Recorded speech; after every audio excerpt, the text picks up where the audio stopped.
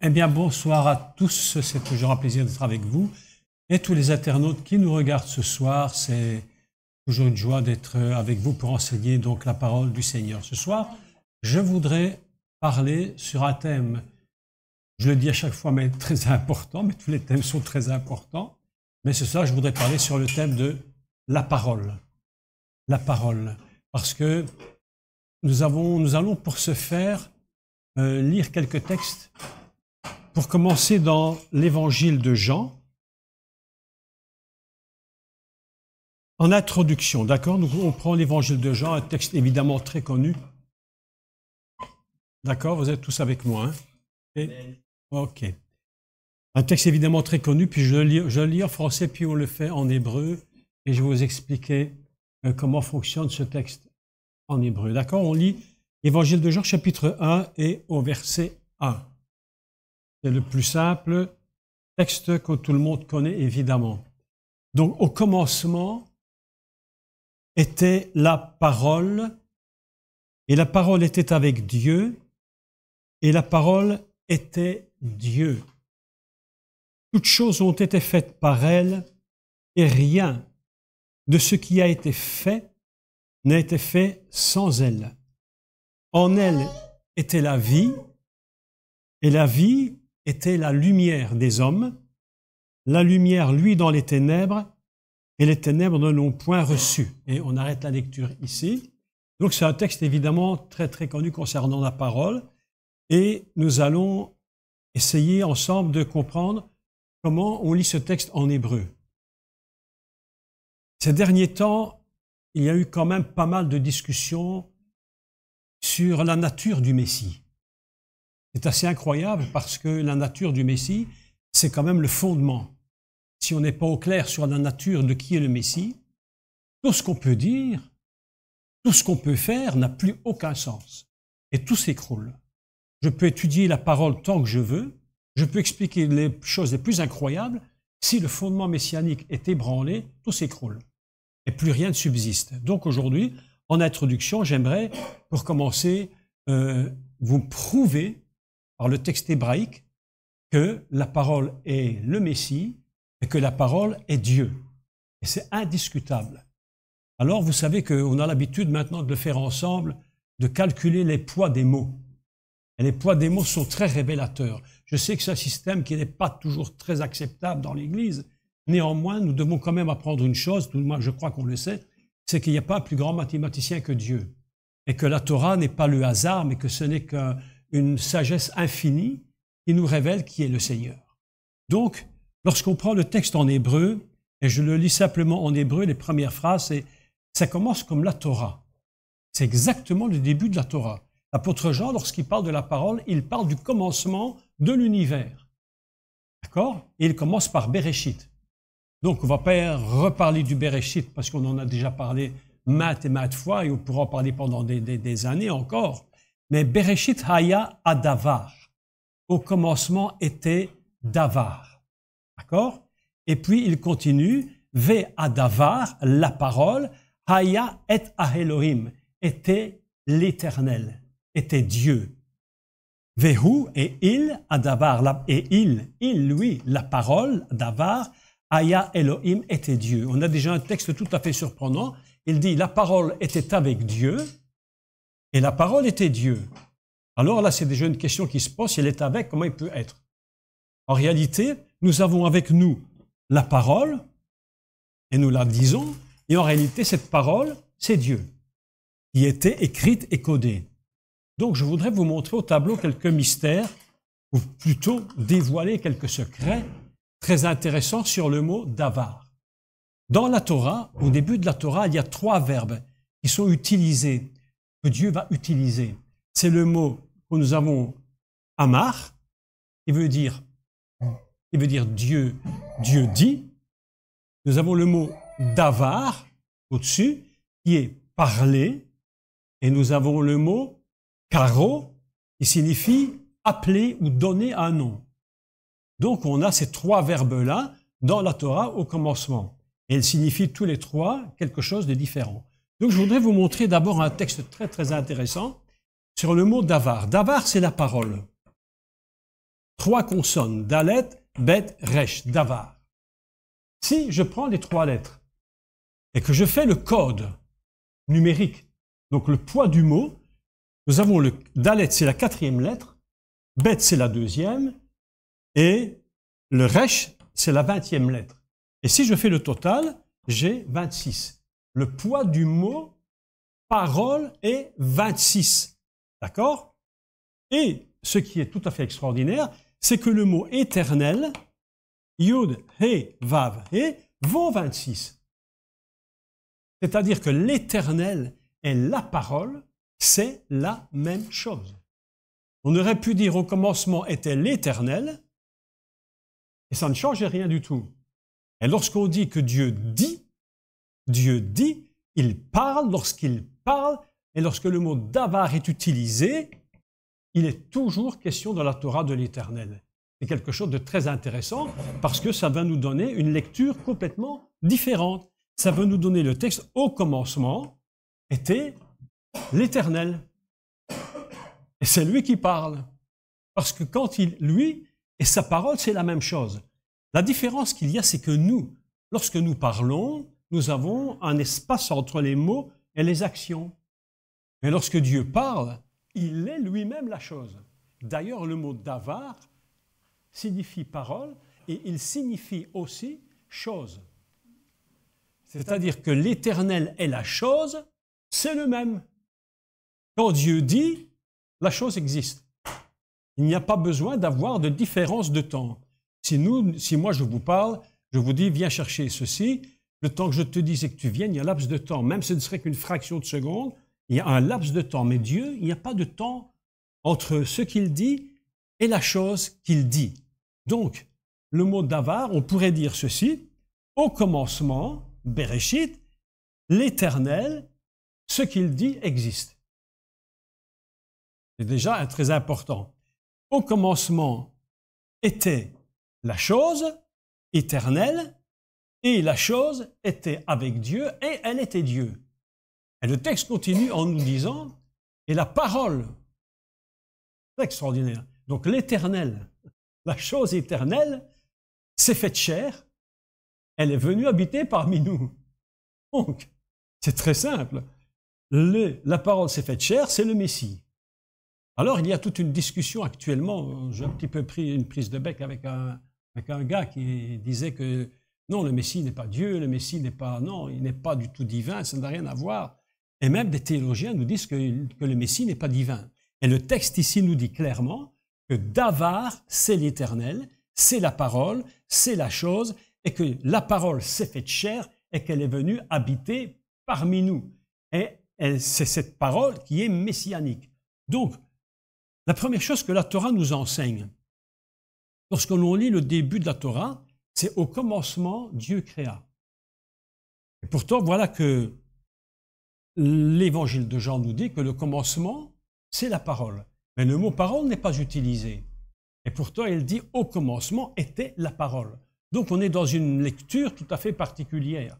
Il nous dit, mais où se trouve, comment peut-on savoir que cette parole, que ce texte, que ce Bereshit, c'est une parole? Donc, j'ai pris ici, dans quelques documents que j'ai écrits,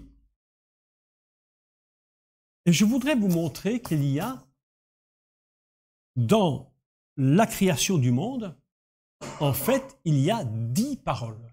Pour créer le monde et l'univers, Dieu utilise 10 paroles.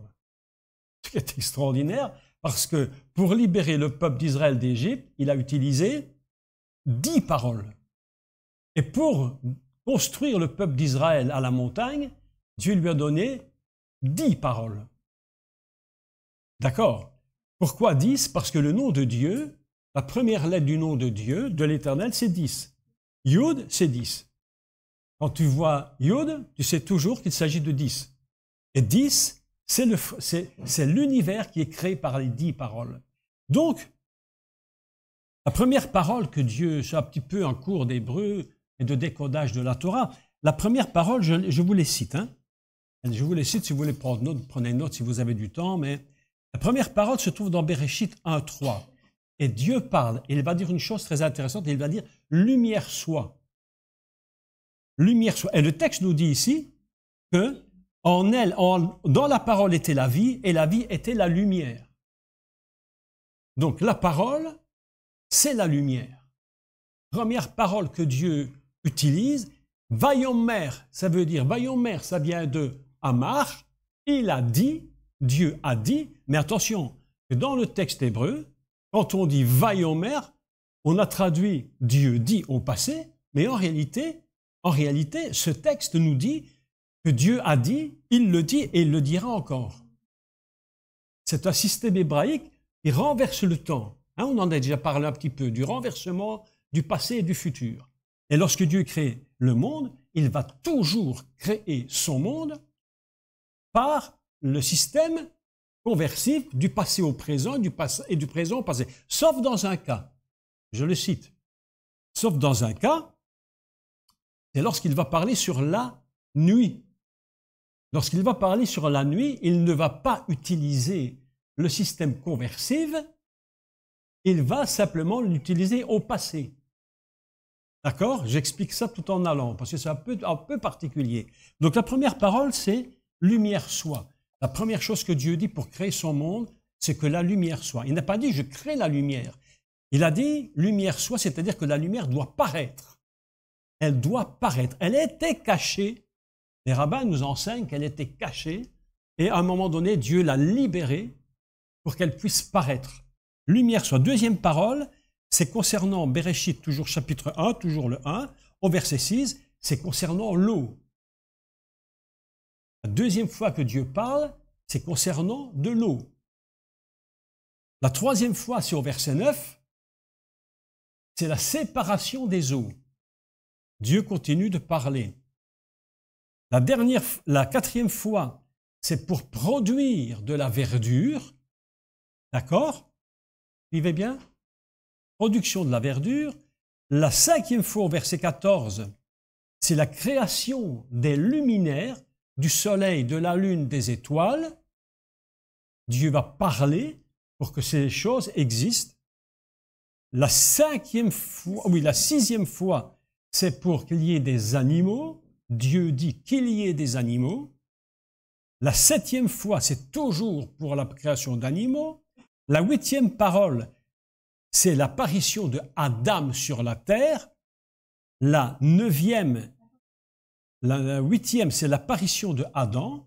D'accord? Verset 16. La neuvième fois, c'est au verset 29, Dieu donne des ordres à Adam. Et là se clôture la création. Voilà, et voilà que tout s'écroule. Là se produit la création.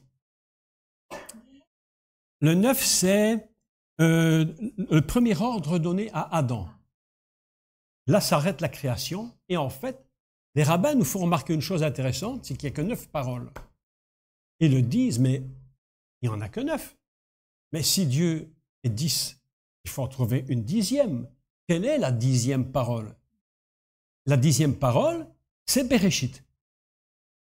C'est Bereshit, au commencement. Et d'ailleurs, l'apôtre Jean le dit, au commencement était la parole. Donc, on a un système tout à fait qui est très très particulier à l'hébreu, qu'on ne trouve pas vraiment en français, dans toute autre langue, c'est que nous avons une unité, et dans l'unité de Bereshit, du commencement 1, se trouvent toutes les autres paroles. C'est pourquoi il y a une chose que nous devons bien comprendre, et j'aime beaucoup enseigner ça parce que je crois que c'est une grande vérité, il y a en réalité une seule parole. Il n'y a pas 10 millions de paroles. Dieu ne dit pas 10 millions de choses. Il dit une parole. Et dans cette parole se trouvent toutes les paroles. C'est comme je vous disais la fois passée qu'il y a une seule bénédiction. Et cette bénédiction fait partie de toutes les bénédictions. Et elle fait partie de toutes les paroles, c'est-à-dire de la parole fondamentale. D'ailleurs, lorsque nous parlons avec des rabbins et que nous leur montrons de la Torah, ils disent ceci, c'est pas 300 000 lettres, c'est pas ça. Ils disent ceci, c'est une seule lettre. C'est un seul mot. Et dans ce seul mot se trouvent enfermés tous les mots. Et c'est pourquoi on dit on découvre que la Torah, en réalité, c'est la matrice de tout ce qui existe. Je vous avais parlé de la matrice déjà en vous disant que le premier verset de la Bible, le premier jour de la Bible, renferme autant de lettres que le mot matrice. Donc, nous nous trouvons avec une chose absolument incroyable, c'est que au commencement, Dieu crée. Et vous avez remarqué que dès le commencement, la parole n'est pas une conversation.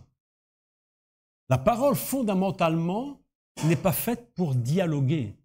Au départ de la Torah, la parole, elle est créatrice. Au commencement, Dieu créa. Et non pas Dieu dit. Même s'il parle, est-ce qu'il parle avec des mots ou est-ce que c'est sa nature qui parle? Je pense très sincèrement que c'est sa nature qui est parole. Et Dieu n'a pas besoin de dire 10 000 mots. Sa présence seule est suffisante pour créer tout ce qu'il veut créer. D'accord? Est-ce que vous me comprenez avec ça? Beaucoup de gens qui parlent dans l'Église, il y a beaucoup de choses, enfin, je crois que vous le savez tous. Les gens qui disent « Dieu m'a dit, Dieu m'a dit ». C'est très délicat de dire « Dieu m'a dit ». Hein. Vous savez que c'est très délicat. Hein? Parce que si Dieu l'a dit, comment tu peux contester? Comment tu peux contester si Dieu te l'a dit? Alors que parfois les gens disent « Dieu m'a dit » alors qu'il n'a rien dit. Mais en réalité, Dieu, sa nature propre, qu'il dise des mots ou qu'il n'en dise pas, ne change rien. Il n'a pas besoin de dire des mots pour créer, il est lui-même parole. C'est-à-dire qu'on a une autre vision de Dieu, alors que nous, lorsque nous regardons notre nature, aujourd'hui je vous parle, et vous m'entendez, si je ne dis rien, vous ne comprenez rien de moi. Même si je sais tout, même si je connais tout, ce qui n'est pas vrai, mais supposons que je connaisse tout, si je ne vous parle pas, vous ne pouvez pas comprendre. Dieu, lui, n'a pas besoin de dire des mots pour qu'il puisse faire. C'est pourquoi le début de la Torah nous enseigne que la parole n'est pas faite pour parler, elle est faite pour créer. Et d'ailleurs, c'est très important parce que tous les mots que nous disons, sont puissants pour créer des choses. On ne se rend pas compte que les mots que nous disons ont une capacité de création incroyable. Et lorsque nous avons des paroles négatives sur notre vie ou positives, ces paroles créent en nous quelque chose. Vous êtes d'accord avec ça? Moi, j'entendais un jour quelqu'un qui a dit quelque chose de mal sur moi.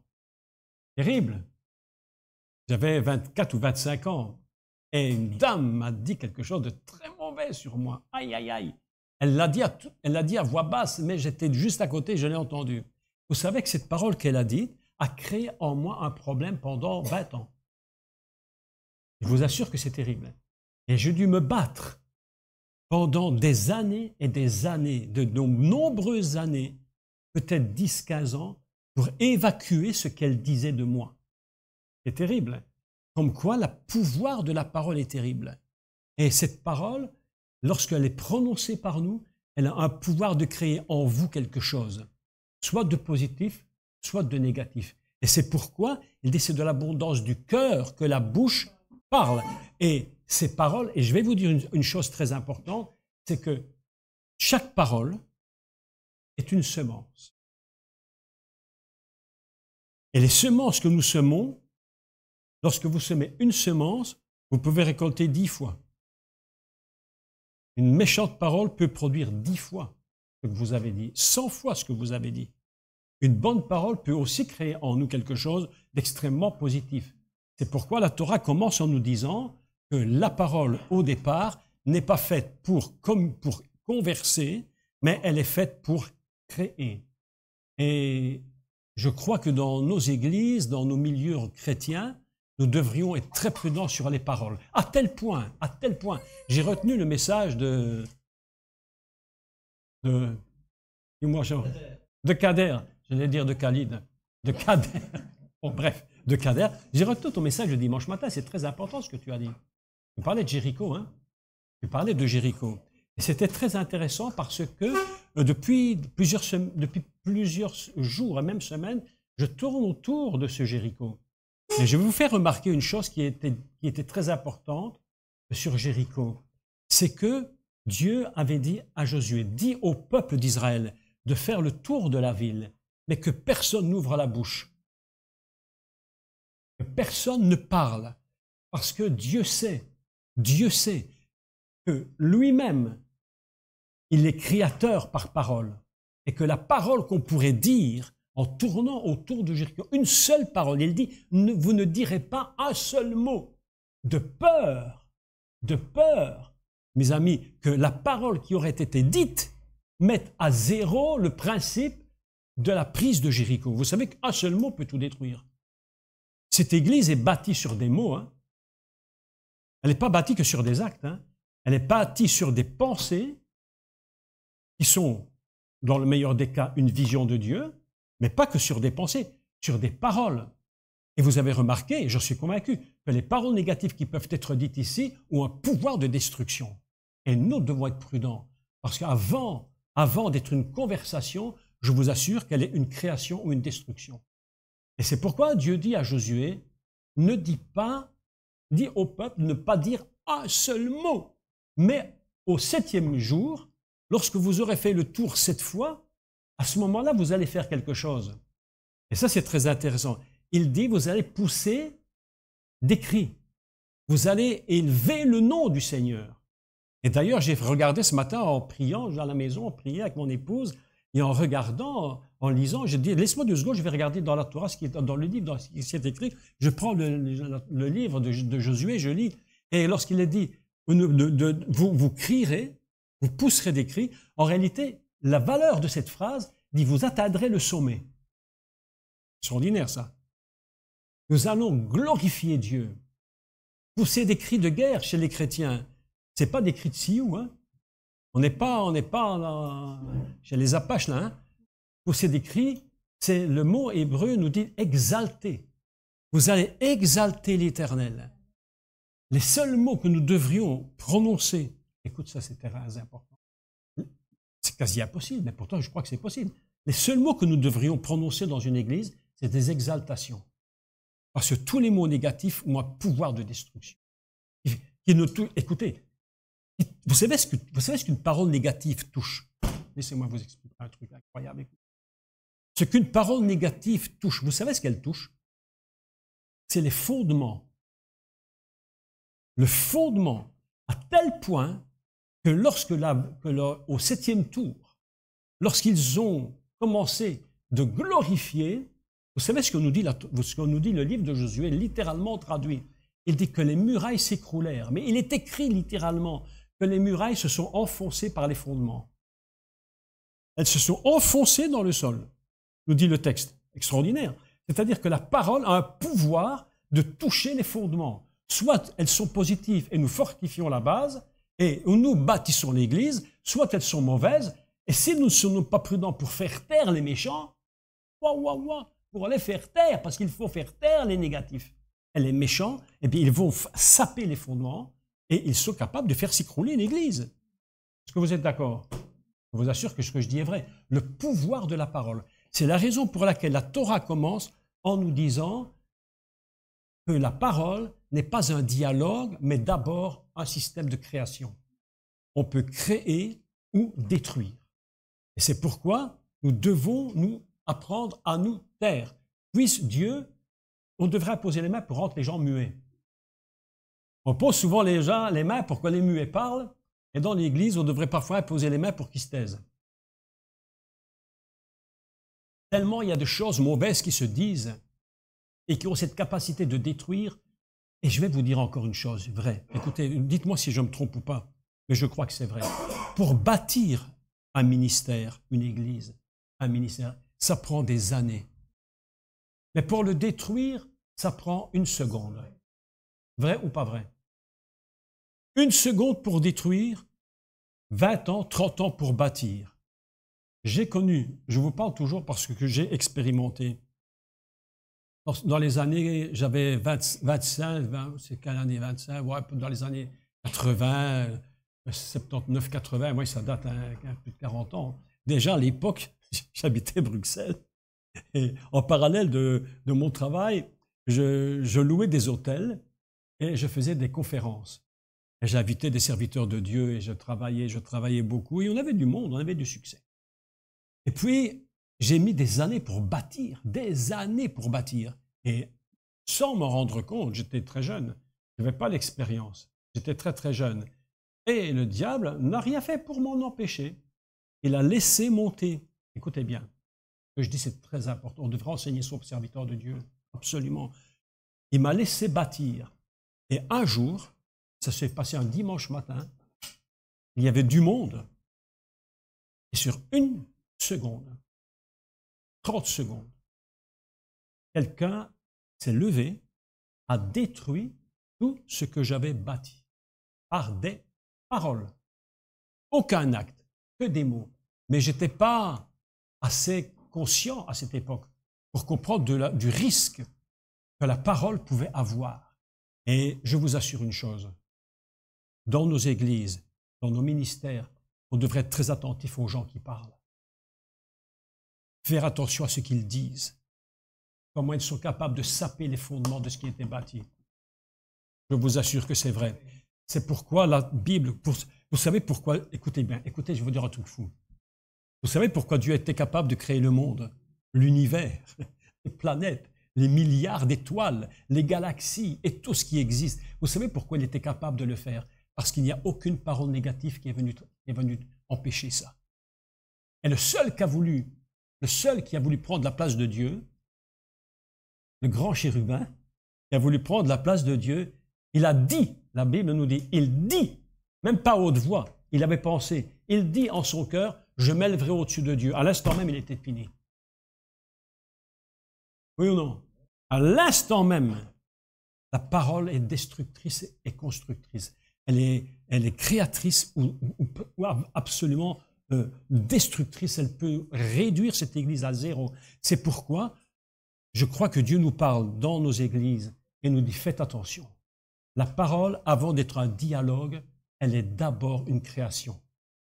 Nous créons par la parole et nous détruisons par la parole.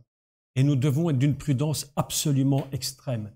Et dans nos églises, dans nos communautés, il faut toujours que nous ayons cette parole divine dans nos bouches. La parole de Dieu dans nos bouches, ce n'est pas des mots. Même un muet peut parler la parole de Dieu. Est-ce que vous savez ça? Même un muet peut dire la parole de Dieu. Il n'a même pas besoin de parler. Même le langage des signes peut être puissant. Pour un muet, il parle de Dieu. J'ai rencontré il y a quelques années en Corse, lorsque nous étions là, une dame dont le ministère était de s'occuper des sourds-muets, chrétiens. Ah, c'est incroyable, hein?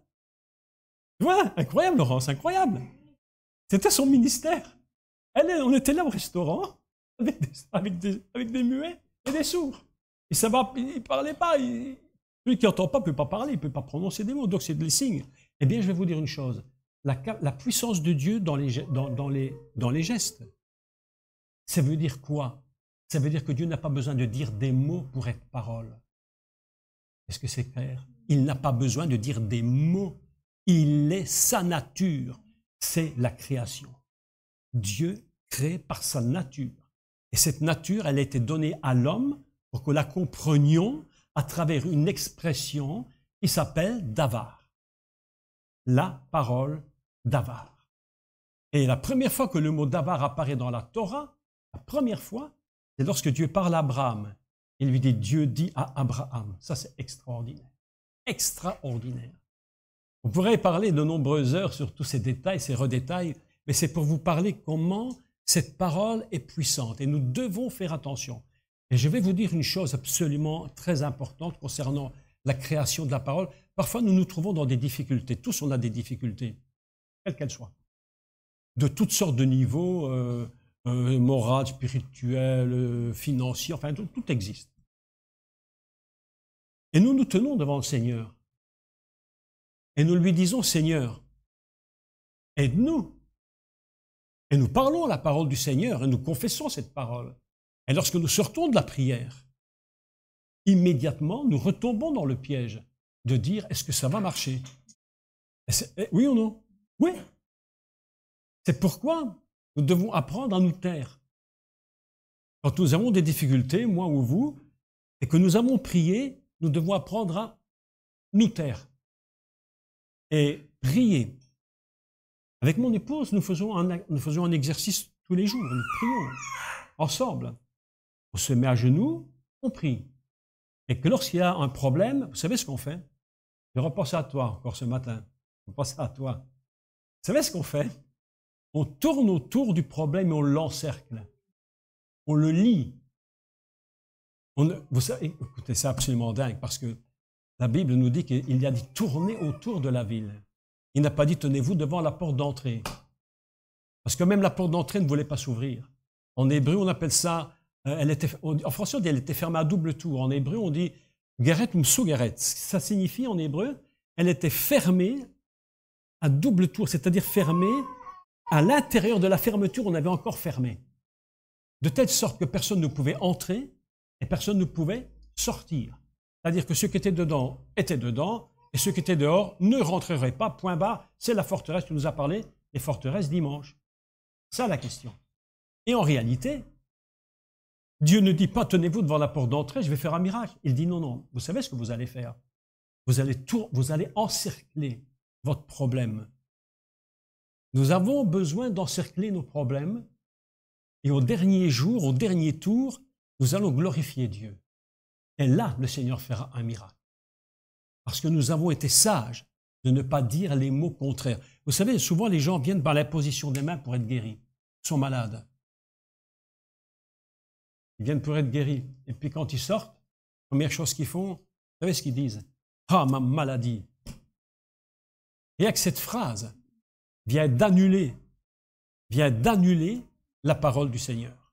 On vient d'annuler par les mots qu'on a dit la parole du Seigneur. Vous savez ce que Dieu veut de nous? Dieu veut de nous que nous arrivions à mettre au niveau la valeur 10 de sa nature. Mais qu'est-ce que c'est la valeur 10 de sa nature? Voilà une question très intéressante. Comment calculer la valeur 10? Où est-ce qu'on peut trouver quelque chose qui nous parle de la valeur 10? Et je vais vous montrer un texte incroyable. Vous prenez votre Bible dans le livre de l'Exode au chapitre 20.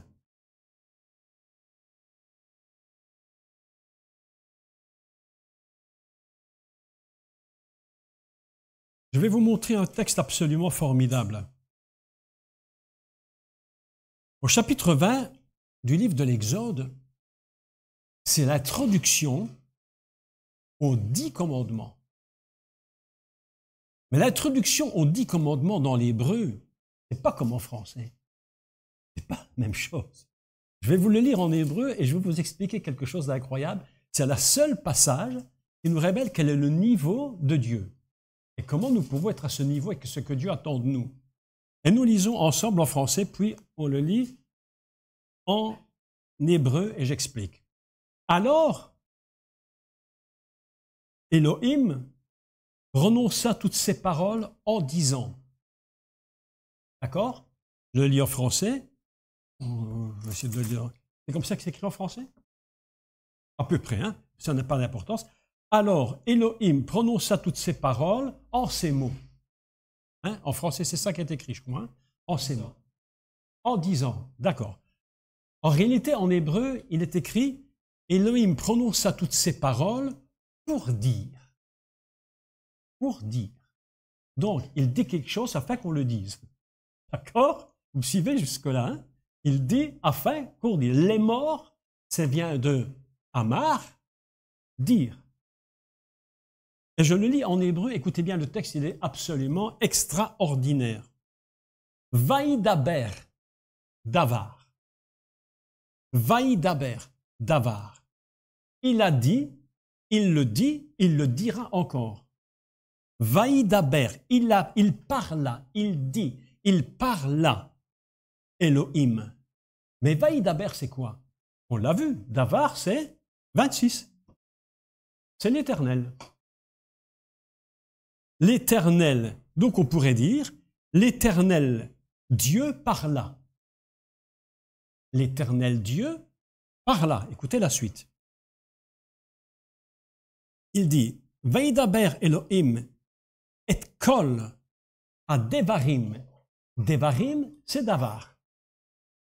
C'est la même chose. Donc quand on lit, il parla en français, il parla et dit toutes ces paroles, c'est le même mot. On est dans une dimension d'éternité. Lorsqu'il introduit les 10 commandements, l'introduction aux 10 commandements, c'est l'éternité. D'accord? Donc, il parla, Dieu, toutes ces paroles, toutes les paroles, pas, il n'en manque pas une. Écoutez, c'est fantastique. Vous savez qu'en hébreu, on dit kol. Kol adevarim. Kol, ça veut dire tout. Et kol produit un mot hébreu qui signifie, on va traduire par un réceptacle. Et c'est intéressant parce que la première fois que le kol apparaît dans la Torah, c'est vraiment de la source d'hébreu ici, hein, que dans la Torah, c'est qu'on dit vaïr choulou. C'est la même racine, kol, mais on dit choulou, mais c'est kol. C'est-à-dire, ainsi furent achevés le réceptacle de la création. On a traduit en français, ainsi Dieu acheva ce qu'il avait donc créé. Mais le mot, c'est le mot réceptacle. Ainsi, on peut dire, il parla l'Éternel Dieu, donc dans son éternité, toutes les paroles, il n'en manquait pas une, tout le réceptacle était mis en place pour retenir toutes les paroles de la création, toute sa nature divine était toute concentrée dans un même contexte, dans un même lieu, et ça c'est l'Éternel, il est indivisible. Toutes les paroles, c'est pas n'importe quoi, kol adevarim, adevarim c'est les paroles d'éternité. Oh, tu vois un peu le texte? Tu vois le texte? Rien que l'introduction. Rien que l'introduction aux 10 commandements. Absolument incroyable. Dieu dit, moi je suis l'Éternel. Je dis toutes les paroles, tout est en moi. Voilà. Toutes les paroles, et kol adevarim. Donc ces paroles-là, c'est kol adevarim, haele, donc celle-ci, les morts. Pour dire. Pour dire. Donc on ne peut pas dire le contraire. Est-ce que tu me suis? On ne peut pas dire le contraire. Et il introduit les 10 commandements par cette phrase. Mais écoutez-moi, le plus formidable du formidable, c'est que c'est la seule phrase de toute la Torah, la seule et unique phrase de toute la Torah, qui contient le même nombre de mots, c'est-à-dire 7 mots, je ne vais pas dire d'erreur, oui, 7 mots, et qui contient en même temps le nombre de lettres, 28 lettres. C'est la même phrase, la seule et unique phrase de toute la Torah qui contient la même quantité de mots et de lettres que le premier verset de la Torah. Au commencement, Dieu créa le ciel et la terre. 7 mots, 28 lettres en hébreu. Eh bien, ce verset-ci, Exode 20, verset 1, c'est le même nombre de mots et le même nombre de lettres. Donc, les sages d'Israël nous font remarquer, vous avez remarqué que l'introduction aux 10 commandements, c'est le commencement du monde. Et que le monde n'a jamais été créé hors des 10 paroles. C'est extraordinaire. Et lorsque Dieu donne les 10 commandements au peuple d'Israël par Moïse, qu'est-ce qu'il fait? Il est en train de faire participer Israël au commencement de l'univers. Mes amis, je vous assure qu'il y a un mystère là, quelque chose d'incroyable. Et c'est la raison pour laquelle Yeshua étant la parole, il est à la fois le commencement de l'univers, il est à la fois les 10 commandements, il est à la fois tout ça en même temps. Il est la parole fondamentalement, il est Dieu. Extraordinaire. Vaïdaber Elohim et kol adevarim hahel les morts, même chose exactement, ma sœur, que le commencement du monde, si ce n'est pas incroyable. Et la suite est extraordinaire parce qu'il continue, je le prends en français pour qu'on puisse le suivre. Exode chapitre 20, écoutez, la suite est absolument magnifique. 7 mots, 28 lettres. Et verset suivant, qu'est-ce qu'il dit? Moi, je suis le créateur de toutes choses. Je contiens tout en moi. Éternité complète. Il ne manque rien. Je ne peux pas vous donner les 10 paroles si je n'ai pas tout en moi, c'est impossible. Qu'est-ce que Dieu demande de nous? C'est de nous amener à ce niveau de, j'allais dire, de capturer toute la parole et qu'il ne manque pas de parole en nous.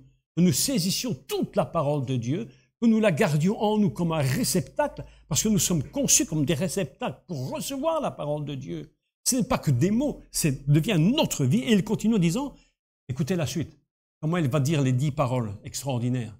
Il ne commence pas tout de suite par les 10 commandements. Pourquoi est-ce qu'on dit commandement en finalité? Parce que le mot davar, qui est parole, c'est aussi la capacité de donner un ordre. C'est pour ça qu'on a dit les 10 commandements. Mais il dit, je suis l'Éternel ton Dieu, je suis... alors Dieu prononça toutes ces paroles en disant, je suis l'Éternel. C'est incroyable. Je suis l'Éternel, pas n'importe qui. Je suis l'Éternel. Davar, la parole, c'est moi. Ton Dieu. Ton Dieu, ceci, c'est ta parole. Tu ne peux pas sortir de là, c'est impossible. On ne construit aucune église, on ne construit aucun ministère, on ne construit rien sur la parole. Cette église, c'est fondée sur la parole. Si elle est fondée sur autre chose, elle ne peut pas tenir, c'est impossible. Nous devons être au clair là-dessus. Je suis l'Éternel, ton Dieu, qui t'ai fait sortir de 2 choses. Écoutez bien, d'un pays et d'une maison. Un pays, c'est-à-dire un grand environnement, un pays, et en même temps d'une maison, là où tu te tiens, où tu vis. Et souvent, mes amis, vous savez le problème, je crois que tu vas le comprendre, et je crois que vous serez d'accord. Souvent, dans nos églises, nous avons beaucoup de chrétiens. Qu'est-ce que c'est des chrétiens? Les disciples du Messie. C'est des gens qui sont sortis de l'esclavage de l'Égypte et qui sont toujours dans leur maison. Wow! Ils sont toujours enfermés dans leur maison. Oui ou non? Et c'est pourquoi tu as des chrétiens, ils disent, mais je suis chrétien, mais je suis toujours enfermé. Et Dieu dit, pour que je te donne les 10 paroles, il y a un grand principe. Tu comprends? Il y a un grand principe pour que je te donne les 10 paroles. Il faut que tu sois sorti du pays de l'esclavage. Ok, le Seigneur t'a libéré. Mais il faut aussi que tu sors de ta maison. Parce que si tu ne sors pas de ta maison, c'est-à-dire de tes habitudes. D'ailleurs, Dieu dit à Abraham, qu'est-ce qu'il lui dit quand il quitte Babylone? Qu'est-ce qu'il lui dit quand il quitte? Et il lui dit, quitte ta maison. La maison, le lieu où tu as été engendré. Parce que le lieu de l'engendrement, mes amis, le lieu de l'engendrement, c'est un lieu où tu as appris des systèmes de vie. Mais oui, mais si tu as des jours vécu dans une maison vulgaire, grossière, négative, méchante, ou si inversement, tu as vécu dans une maison où on est poli, mais tu as un héritage avec toi. Nous transportons un héritage, qu'on le veuille ou non. Et il dit à Abraham, quitte ton pays, ta maison, ta famille, le lieu où tu as été engendré, parce que j'ai quelque chose à te donner, mais si tu ne pars pas, je ne peux pas te donner. Autrement dit, quitte pas seulement ton pays, quitte aussi ta maison. Mes amis, je vous dis, ici aujourd'hui je parle. Il y a beaucoup de gens qui ont quitté le pays et qui sont toujours dans la maison de l'esclavage. Et c'est pourquoi Dieu dit, voici toutes les paroles que je te dis, moi l'Éternel, ton Dieu qui t'ai fait sortir du pays d'Égypte et de la maison de l'esclavage. Terrible ça. Hein? La parole de Dieu est donnée, les 10 paroles vont être données à partir du moment où nous avons compris cela. Et il dit, à ce moment-là, il commence, tu n'auras pas d'autre Dieu devant ma face. Il faudra un jour parler sur les 10 commandements, parce que c'est quelque chose de très important.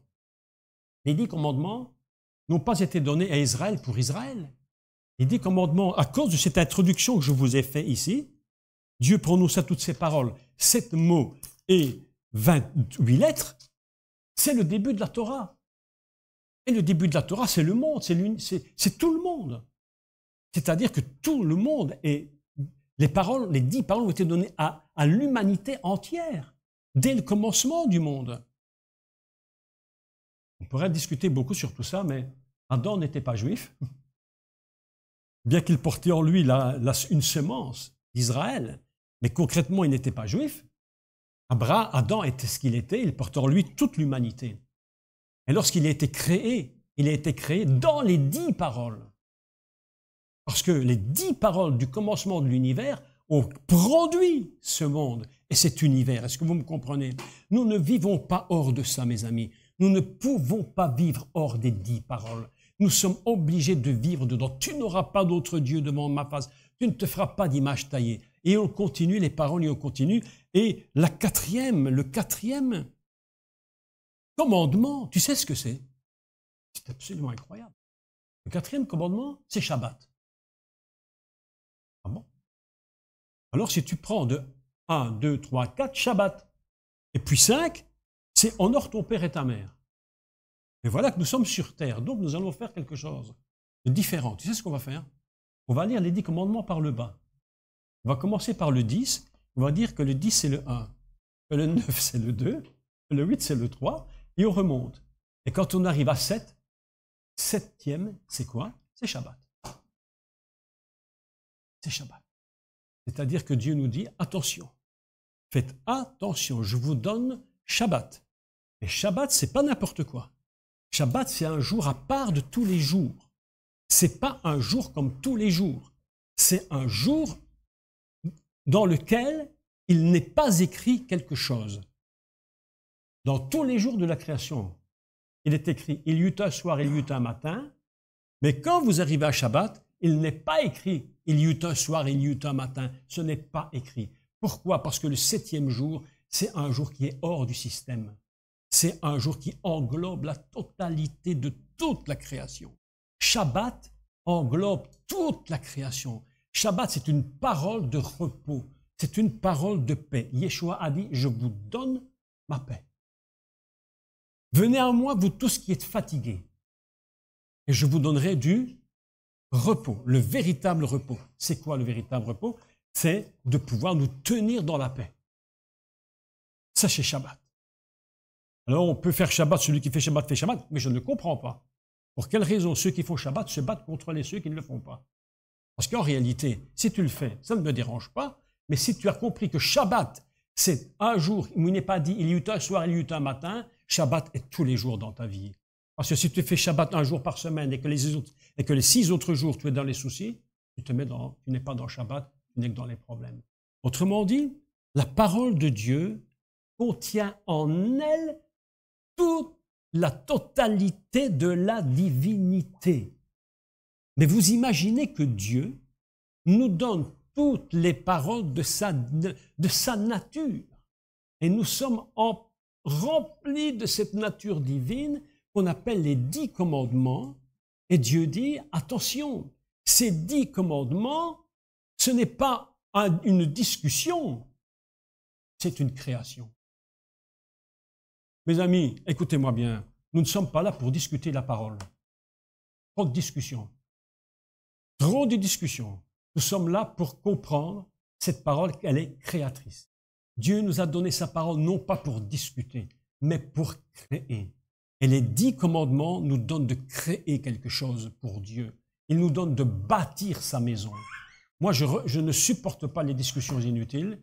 Je fuis les discuteurs parce que on n'arrive jamais à rien. Je vais vous dire, un discuteur, tu ne peux jamais le convaincre. Hein. Tu ne convaincs jamais un discuteur. Tu sais comment ça se termine, une discussion? Ça se termine en séparation, en dispute. Et ça ne sert à rien. Les 10 paroles de la création du monde sont des paroles qui créent, pas des paroles qu'on en discute. On peut faire tout ce qu'on veut, mes amis.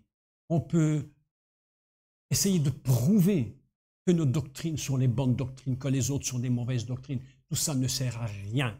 Nous ne sommes pas là pour avoir des faux dieux. Nous ne sommes pas là pour créer des images taillées. Nous ne sommes pas là pour ça, mes amis. Nous sommes là pour ne pas discuter la parole. Nous sommes là pour bâtir à travers sa parole. Et sa parole, c'est les 10 commandements. Est-ce que vous me comprenez bien? Est-ce que vous me suivez bien? C'est quelque chose, hein? Pas trop compliqué? Pas trop compliqué? Ok. Parfois, je me dis, je suis trop compliqué. Les paroles d'homme, c'est des paroles d'homme, hein? On dit ce qu'on peut, hein? Mais ce que Dieu nous enseigne ce soir, je le crois de tout mon cœur, c'est que nous devons être prudents, très prudents, sur les mots que nous prononçons. Nous devons être prudents sur les mots que nous prononçons sur nos enfants. Parce que si tu dis à un enfant, mais tu ne réussiras jamais, là tu peux être certain qu'il aura beaucoup de problèmes pour réussir. Si tu lui dis, tu n'es qu'un idiot, ben, tu peux croire qu'il sera complètement idiot. Mais si nous prononçons des paroles positives sur nos enfants, sur nos maris, sur nos épouses, je vous assure, nous qui sommes mariés, il y a des mariés ici. Quelles sont les paroles que nous devons nous dire? Je vous assure que c'est vrai. Le matin, je me lève, je me réveille, je suis dans le lit, je vois mon épouse. Vous savez comment on est le matin avec les cheveux de tous les sens. Là. Alors, je la regarde et je lui dis, tu es très belle. très belle. Mais oui, et nous prions ensemble. Et nous bénissons mutuellement. Qu'est-ce que c'est se bénir? C'est souhaiter à l'autre du bien. C'est-à-dire que la parole que je dis sur mon épouse, la parole qu'elle dit sur moi, la parole que je vais dire sur toi ou sur toi, va bâtir notre vie. Et dans nos couples, nous devons nous bâtir en prononçant des bonnes paroles sur l'un et sur l'autre, sur nos maris, nos épouses, nos enfants, nos familles. Nous devons bâtir. Est-ce que vous comprenez ça? C'est très important parce que la parole est créatrice. Beaucoup de foyers se disputent, se divorcent. On m'a écrit tout à l'heure une dame qui m'écrivait qu'est-ce qu'il fallait faire avec une femme chrétienne dont le mari est chrétien, mais son mari bat sa femme. Il la tape, il la pas. Elle dit, est-ce qu'elle a le droit de se séparer ou est-ce qu'elle doit se laisser taper dessus? Voilà la question. Est-ce qu'il y a un verset qui dit qu'elle a le droit de se séparer? Je lui dis, écoute ma soeur, moi je lui ai répondu clairement. Je lui ai dit, écoute, si elle va se faire tuer, qu'elle s'en aille. Hein. On ne se marie pas pour se faire tuer. Hein. Oui, hein. Vous savez que ça existe. Vous savez que c'est arrivé. Une dame qui est morte il y a quelque temps, hein, une chrétienne, elle s'est fait battre par son mari, et comme les religieux lui ont dit, il est interdit de se remarier, tu dois rester avec ton mari quoi qu'il arrive, vous savez le résultat? Eh bien, elle s'est fait tuer. Oui, tuer. Évidemment, au nom de Jésus, bien sûr.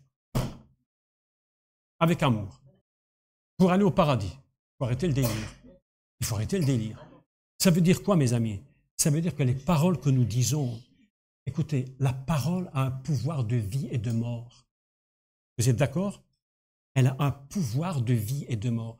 Mes enfants, mes amis, mes chers amis, si tous les matins nous nous bénissons mutuellement dans le couple, si nous nous bénissons, si nous apprenions à nous bénir mutuellement, à dire des bonnes paroles l'un sur l'autre, mais je vous assure, il y aurait 1000 fois moins de bagarres dans les couples, 1000 fois moins de disputes. Je ne veux pas dire que demain tous les caractères tout est résolu, mais déjà nous bâtissons notre maison. Parce que la parole, avant d'être dialogue, elle est création. On pourrait parler des heures sur la parole. Je suis certain que si je donnais la parole à Vincent, il y aurait beaucoup de choses à dire aussi. Et je n'ai pas. Mais oui, mais bien sûr, parce que nous avons tous nos expériences. Et nous avons tous notre façon d'aborder un thème. Mais j'ai compris une chose en tout cas, c'est que nous devons être prudents avec ce que nous disons. Et si le matin tu te lèves en te disant « Oh, Vincent, je ne t'ai jamais vu si beau qu'aujourd'hui. » Mais le gars, mais ma chère sœur, mais 10 minutes après ton petit déjeuner est prêt. Mais oui! Mais oui! Mais parce que j'ai compris, et nous avons tous compris, que Dieu nous a doués de parole. Vous savez que les animaux ne sont pas doués de parole. Seuls les humains. Vous savez pourquoi? C'est parce que nous sommes seuls capables de recevoir ce que Dieu est. Un âne, un cheval, un singe, si intelligent soit-il, ne pourra jamais parler la parole de Dieu. Il n'a pas ce langage, il n'a pas été doué pour parler cette parole. C'est pourquoi nous devons, Dieu dit à Josué, médite la parole jour et nuit, médite-la, pense-la, parle-la, dis-la. Parce que cette parole, il a dit la parole pour les morts, c'est pour le dire. Comme il a fait le monde, il est écrit pour le faire. Il a fait le monde pour que nous fassions. Il a donné sa parole pour que nous la disions. Pas le contraire, mes amis, pas le contraire. Et je vous assure que nos foyers vont changer, nos maisons vont changer, nos familles vont changer. Je suis certain que ça va bouger. Même si au début c'est difficile. Vous savez, je vais terminer par un exemple. J'ai donné une chose incroyable. Il y a de nombreuses années, nous étions en Martinique. Et on faisait là-bas des réunions. Et un dimanche matin, on était invité dans une église. Mais pas comme ici, hein. Une église terrible. Oh là là là là là, terrible. Ah là, religieux. Mais tu ne peux même pas imaginer l'histoire. Même pas. Quand tu rentres à l'église, il y avait quelqu'un avec une table avant de rentrer, une table avec une boîte. Et tout le monde devait tirer ses bijoux et les mettre dans la boîte avant de rentrer dans l'église. Ses colliers, ses boutons, on mettait tout dans la boîte, puis tu rentrais sanctifier le Seigneur. Quand tu avais fini, tu sortais, tu remettais tes affaires. Pour montrer l'hypocrisie. Je rentre dans l'église. Je dis, Seigneur, avant de rentrer, j'étais dans l'angoisse. Je ne sais pas si ça t'arrive parfois d'être un peu angoissé avant de commencer. C'est pas ce qu'on va dire. La Bible est grosse, mais on ne sait pas toujours ce qu'on va dire. J'étais dans la voiture. Et je dis, Seigneur, mais qu'est-ce qu'il faut dire à cette église? Je ne les connais pas, tu ne les as jamais vus. Je ne savais pas, c'est l'église haïtienne. Les Haïtiens sont très religieux. Et quelque chose dans mon esprit me dit, parle sur la famille. D'accord, bon, ok. Je passe dans ma tête, je dis, je parle sur la famille. J'explique la famille. À un moment donné, je dis, mais je rentre dans l'église, mais vous savez, ces églises très traditionnelles, d'un côté, tu as toutes les femmes, voilées, elles ont 20 ans, mais tu as l'impression qu'elles en ont 80, comme ça, complètement voilées. L'horreur totale, quoi. L'horreur. Et les maris de leur côté, chacun de son côté. Moi, je vois ça. Je dis, mais qu'est-ce que c'est cette histoire? Qu'est-ce qui se passe ici dans cette église? Et le pasteur était là. Et moi, je dis, où sont les couples ici? Moi, je vais cacher, hein, je ne vais pas comme ça, hein, je vais cacher. Je dis, vous êtes à la maison ensemble, vous mangez ensemble, faites la cuisine ensemble, vous faites l'amour ensemble, faites tout ensemble. Et quand vous venez à l'église, chacun est de son côté. Où sont les couples ici? Approchez-vous ici devant. Approchez-vous devant. Approchez-vous devant. Mais oui, c'est pas vrai. Mais oui. Et ils s'approchent de moi, les couples s'approchent de moi, ma soeur. Je dis, venez par couple ici, mettez-vous ici devant. Et je dis, regardez-vous dans les yeux et dites à votre conjoint, je t'aime. Ma soeur, impossible. Impossible, Vincent. Impossible de dire à son conjoint, je t'aime. Ou de dire à son conjoint, tu es belle, ou tu es beau. Impossible. Et là, j'ai vu le problème. Vous savez ce qui s'est produit? On était fichus dehors de l'église et on n'a plus jamais mis les pieds. Et le pasteur était dans une colère terrible. Il est parti. Il nous a même pas salués. Il nous a abandonnés là. Il est rentré chez lui. Et j'ai compris une chose, tu vois, j'ai compris que les couples se détruisent parce qu'ils ne savent même plus se parler. Ils ne savent même plus se dire une parole créatrice. Et ça, c'est terrible. C'est pourquoi, aujourd'hui, je pense vraiment que, je dis ça vraiment pour les couples ici aujourd'hui, apprenons à nous bénir et à dire des bonnes paroles sur l'un, sur l'autre. Et si le matin, on se bénit dès le matin, eh bien, je vous assure que la journée sera différente. Je vous assure que ce sera différent. Et tout dans le couple va changer. Tout va changer. Dans nos églises, apprenons à nous bénir. Apprenons à bénir les responsables. Apprenons à bénir les gens, à nous bénir mutuellement par des bonnes paroles, des choses qui sont créatrices et pas destructrices. Et nous devons y prendre soin. C'est pourquoi aujourd'hui, en quelques mots, je vous parle un peu comme mon cœur veut, je ne pas des grands discours, mais simplement vous dire, c'est tellement important que nos paroles créent nos églises et qu'elles ne détruisent pas les fondements. Combien de temps, ça fait combien de temps que cette église existe? 21 ans. 21 ans pour bâtir une église. Elle n'est pas encore finie. Il y a encore beaucoup de travail à bâtir, hein? Il y a encore beaucoup d'étages à monter, hein? C'est pas vrai? Encore beaucoup d'étages à monter, beaucoup d'ascenseurs à installer, hein? Atteindre le ciel, beaucoup. Mais mes amis, si vous n'êtes pas prudents, sur 10, une parole peut tout détruire.